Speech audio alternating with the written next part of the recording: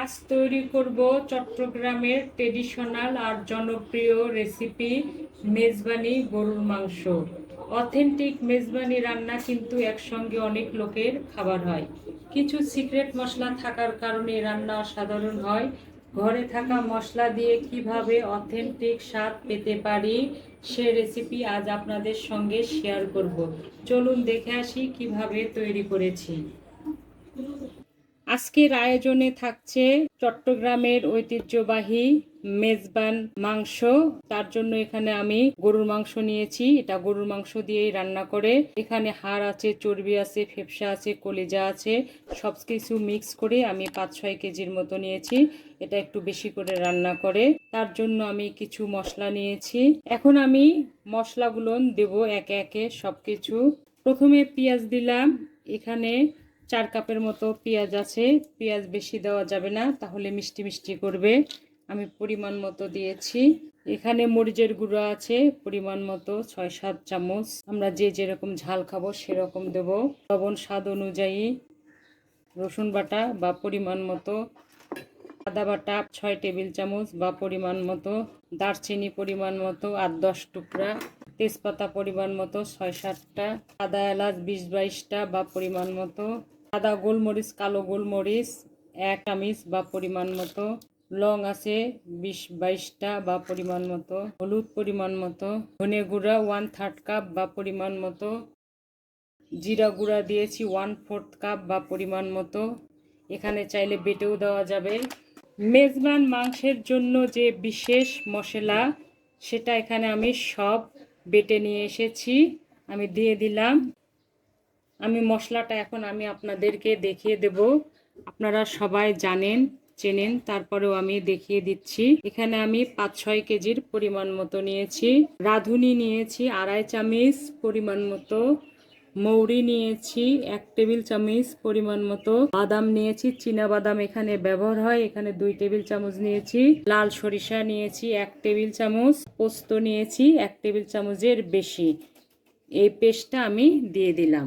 আর এই মেজবান মাংসটা অবশ্যই সরিষার তেল দিয়ে রান্না করতে হবে। আমি এখানে পরিমাণ মতো তেল দিয়ে দিলাম, সরিষার তেল। এখন হাত দিয়ে আমি 10-15 মিনিট ধরে এই মাংসগুলি মেখে নেব। এতে করে মশলাগুলো গোস্তের ভেতরে সুন্দর করে সেট হবে। রান্নাটা খেতে টেস্ট হবে এবং ফ্লেভারফুল হবে। আর এই কাজটি অবশ্যই হাত দিয়ে কষলিয়ে ধৈর্য সহকারে আমরা মেখে নেব। তো মাখা হয়ে গেলে আমি ফিরে আসব। মাখা হয়ে গেছে। আমি অনেক সুন্দর করে মেখে নিয়েছি, দেখে বুঝতে পাচ্ছেন। সব একদম মিক্স করে নিয়েছি। এখন আমি হাত ধুয়ে পানি দেবো, অল্প একটু পানি, বেশি পানি দেওয়া যাবে না। এখন আমি সরাসরি চুলায় চলে যাব রান্নার জন্য। চলে এলাম রান্না করতে। আমি পাতিলটা আগে থেকে চুলায় বসিয়ে দিয়েছি। এখন আমি হাই হিটে দিলাম। এখন আমরা গোস্ত থেকে পানি ওঠা পর্যন্ত অপেক্ষা করব। আর এরই মাঝে আমি নাড়াচাড়াও করব। যেহেতু মেজবান মাংসে কোনো আমরা এক্সট্রা পানি দেব না, গোস্ত থেকে যে পানি উঠবে সেই পানি দিয়েই রান্না করব। বাকি কথা আমি রান্না করতে করতে বলবো। ঢেকে দিলাম। ফিরে এলাম 15 মিনিট পরে। প্রচুর পানি গোস্ত থেকে ভেসে উঠেছে।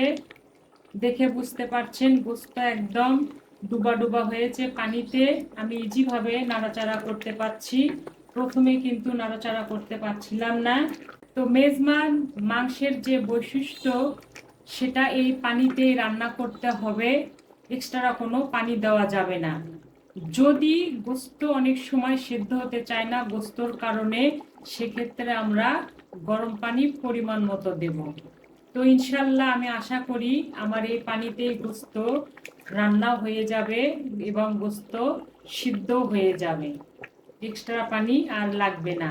এখন আমি এই গোস্তর এই যে পানিটা বের হয়ে এসেছে, এখানে কিছুটা সময় কষিয়ে নেব।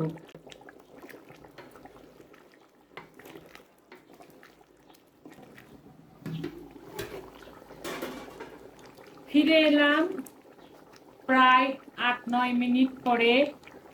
আমি যে পানি উঠেছিল গোস্ত থেকে, সেই পানিতে আমি গোস্তটা কষিয়ে নিয়েছি, সুন্দর করে নাড়াচাড়া করেছি। যে রান্নার যে বৈশিষ্ট্য তাকে সেভাবেই করতে হবে। এখন আমি জালটা মিডিয়াম টু লো হিটে করে দেব।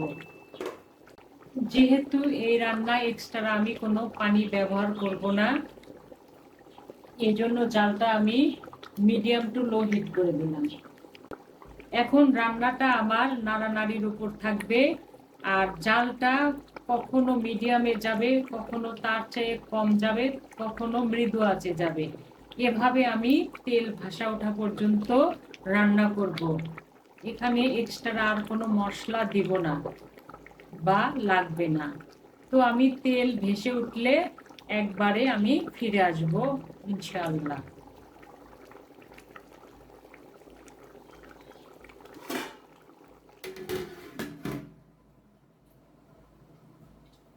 আর এর মাঝে কিন্তু আমি সবসময় নাড়াচাড়া করব, গোস্তটা যেন লেগে না যায়, লেগে গেলে স্বাদ হবে না।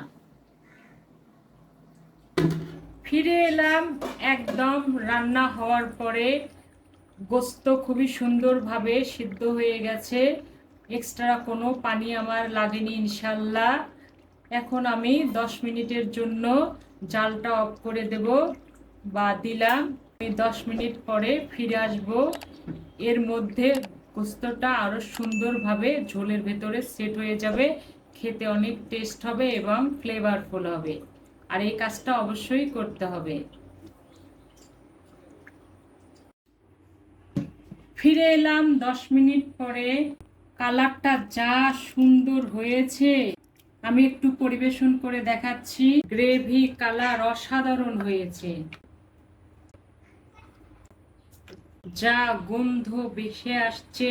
হয়ে গেল আমাদের চট্টগ্রামের ঐতিহ্যবাহী মেজবানি গরুর মাংস। মেজবানি মাংস কিন্তু সাদা ভাত, রুটি, পরোটা, সাদা পোলাওর সঙ্গে খেতে অনেক মজা। একবার হলেও এভাবে তৈরি করে দেখুন, অনেক সুস্বাদু। এ মেজবানি গরুর মাংস আশা করি আপনাদের ভালো লেগেছে। ভালো লাগলে প্লিজ আমার ছোট্ট চ্যানেলটি সাবস্ক্রাইব করে ভিডিওটি লাইক, কমেন্ট, শেয়ার করে আমার সঙ্গে থাকবেন। ভালো খান, সুস্থ থাকুন।